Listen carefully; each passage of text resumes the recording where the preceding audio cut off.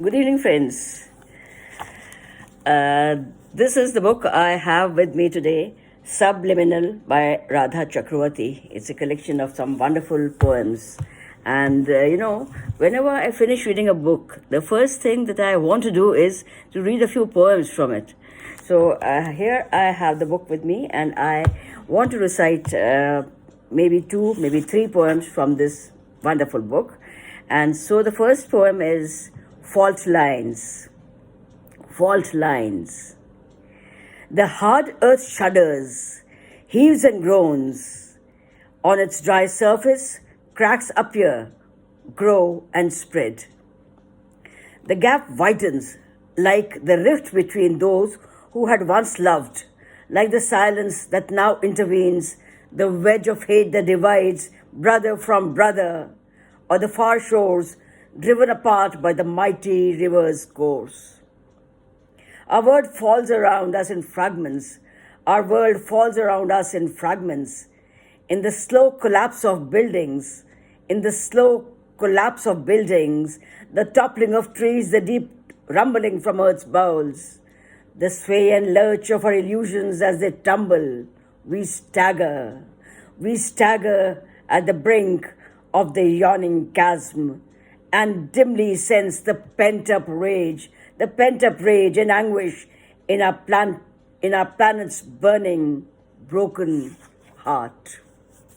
And the next poem is The Violence of a Volcano. It's on page 98, and the earlier poem was on page 97. So this is The Violence of a Volcano. The violence of a volcano is natural, unlike the violence of history, the savagery of human hate, the carnage of war, the ravage of rape, the damage of discrimination, the outrage of ostracism, or the miscarriage of justice. Women's silent agony is not unlike a dormant volcano, smoldering with aeons of suppressed rage, until it boils over, erupting in fury, exploding in smoke, ash and flames, a volcanic violence.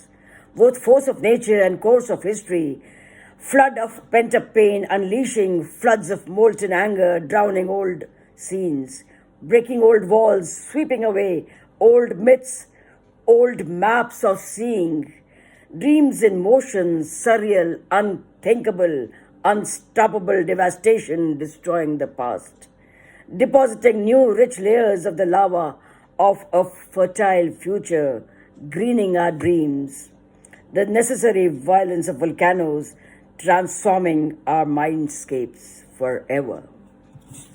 And there is another poem on page 101 which I really liked, and this is Legacy. Legacy. Draped in my nani's sari, I feel myself waft from the past into the future. Cocooned in its silken pleats, I feel enfolded by her love. A faint fragrance clings to the fabric caressing my skin, like her soft, loving touch, rousing the body's memory of lost childhood innocence.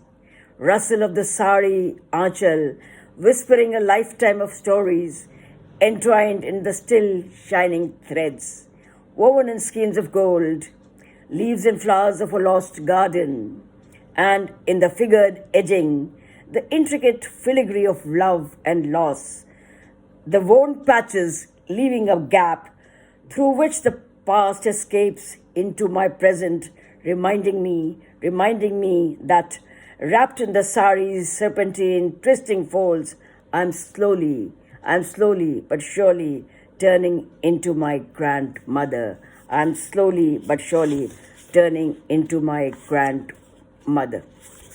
Thank you. Thank you so much.